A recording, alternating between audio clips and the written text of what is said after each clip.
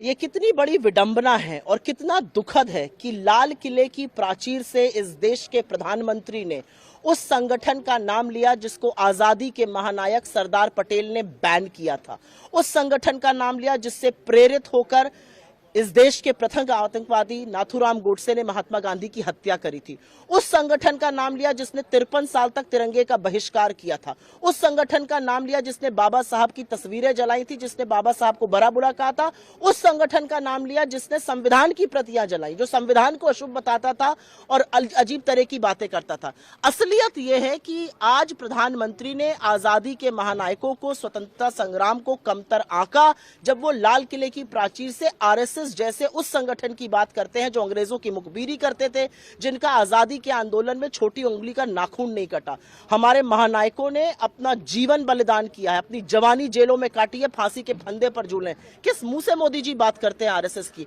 और जिनकी आपने नाम लिया, श्यामा प्रसाद मुखर्जी जी, उन्होंने बाबा साहब के लिए और संविधान के लिए क्या कहा था वो इतिहास में दर्ज है। उन्होंने बाबा साहब के संविधान को इतना भला बुरा कहा था, बाबा साहब को कहा था।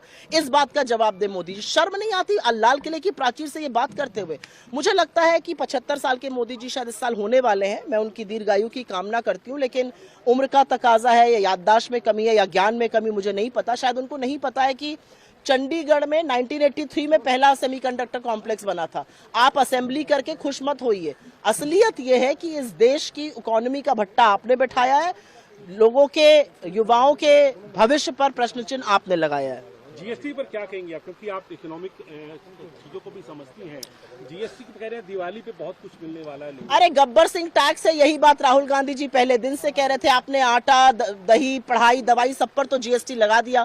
इस देश का सबसे गरीब पर्सन 50% जो तबका है वो 64% जीएसटी आप उससे गला उसका मरोड़ कर ले रहे हैं। मेरा अपना मानना है कि जो राहुल गांधी जी ने कहा है, मोदी जी को बातें समझ में आती है, थोड़ी देर से समझ में आती है। जीएसटी भी उनको समझ में आ गया कि ये काला कानून है, गब्बर सिंह टैक्स है, लेकिन इसमें बहुत कुछ जो होने वाला है वो ट्रंप जी जो टैरिफ ठोक रहे हैं उस पर निर्भर करता है।